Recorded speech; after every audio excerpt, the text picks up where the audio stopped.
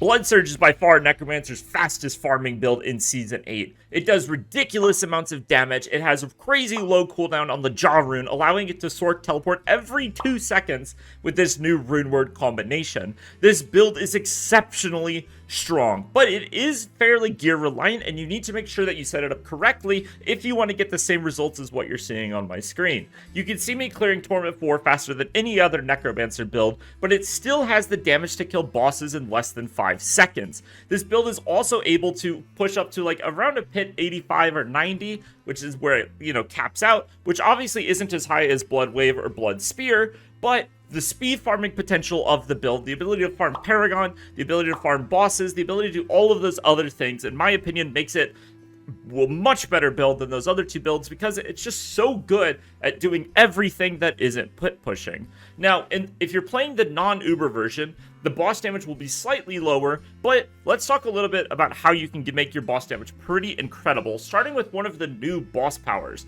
This boss power, when I read it, my first thought is Blood Surge, right? This is the perfect power for Blood Surge. So what this does, this is the Lilith boss power. It's going to make it so that whenever you hit an elite or a boss, you're going to spawn 2 blisters, and those blisters, when you kill them, are going to do a percentage of the boss's maximum health. So, obviously, because we're playing Blood Surge, we have amazing AoE, so we're always hitting both blisters, right? Very easily. So this is just going to act as a straight damage multiplier against bosses, but it gets even better than that. Remember, Blood Surge is going to get a damage multiplier for every enemy that it drains from, and it's going to be capped at 10 drains. Remember, okay? Curious Embrace plus 7 drains from bosses, right? So we're going to be draining a boss 8 times on cast, and then with the blisters, we're going to spawn 2 extra blisters, so we're going to be getting 10 drains on cast, which means we're going to be getting a huge amount of damage. I've seen multiple hits that have well clear over 20 billion damage, and this build, once it's fully online, crushes bosses. Now, I do want to say, I want to be very upfront about this. If your build is not set up properly, if you don't have the correct masterworks, if you don't have at least several of the Uber uniques, this build will struggle against boss fights. But there's a really easy solution, which is to just use Blood Surge for farming everything, then have a Blood Spear setup and swap to the Blood Spear setup and one-shot bosses.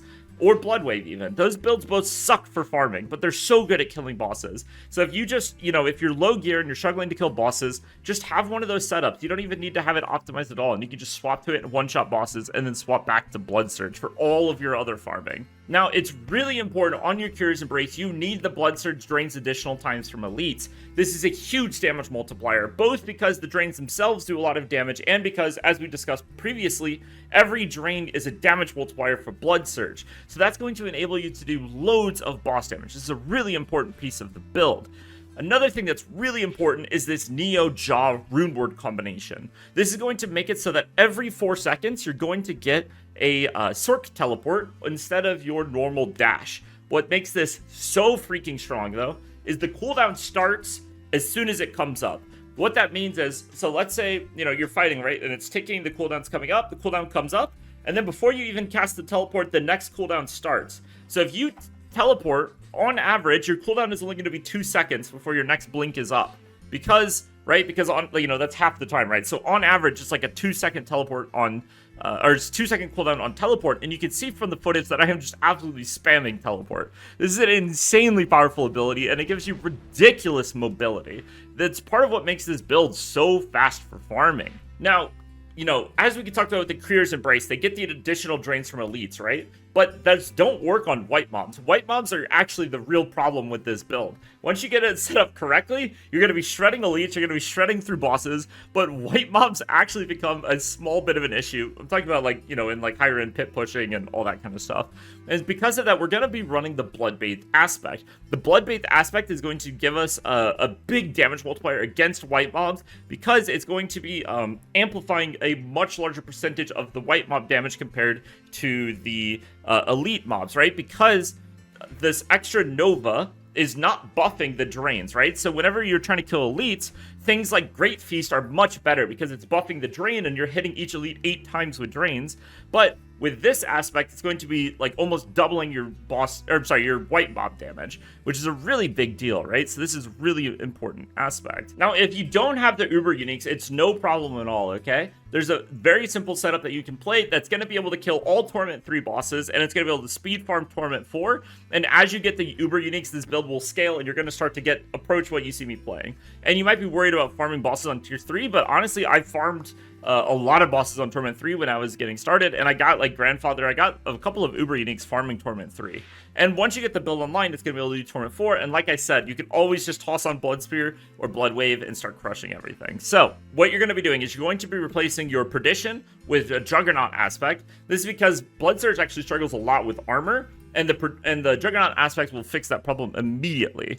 On your chest piece, we're going to be running the aspect of Hardened Bones, and the reason for that is just, you know, extra damage reduction. It's going to help a bit with survivability. Once you get to the in-game version, like you can see, like right now in town, I have, you know, with my elixir on, which I always have on, I have 35,000 life, right? So I'm unkillable.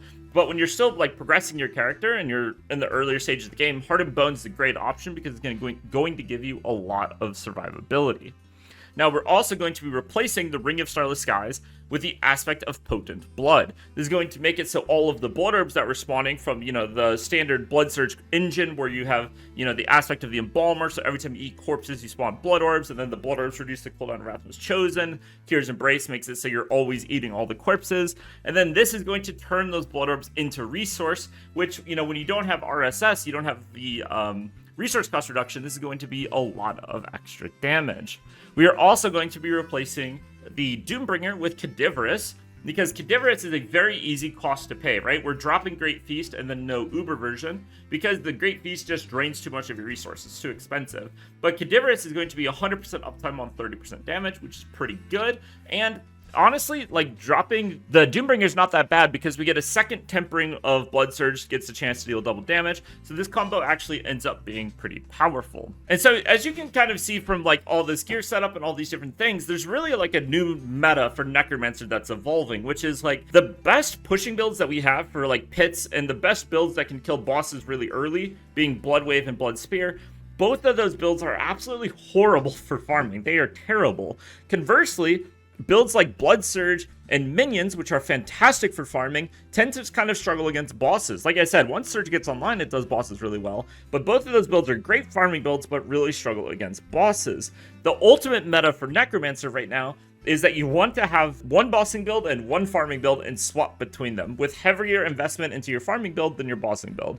But like I said, if you just want to play Blood Surge, it will work. You're just going to have to grind for a while in Torment 3, looking for your Uber uniques. Now, I do want to give you guys one other tip for farming Uber uniques, because there's actually a really overpowered method, which is to kill world bosses. When you kill a world boss, I don't think I have a key right now, but when you kill a world boss, it actually has a fairly decent chance to drop a unique Undercity key, and that key gives you an increased drop rate on mythic uniques.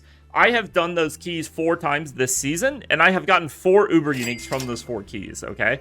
It seems to be a much more efficient way of farming Ubers than bossing. Now, I'm pretty sure I've been pretty lucky. I think the drop rate is actually probably closer to 30%, but that's still much better than bossing. So make sure you do your world bosses, try to get a rotation with your friends to do those keys, and you can farm up your Ubers that way. So anyway, that's going to do it for today's video. Blood Surge is back, man. It's still really strong, but anyway, I'll see you guys in the next video. Peace out.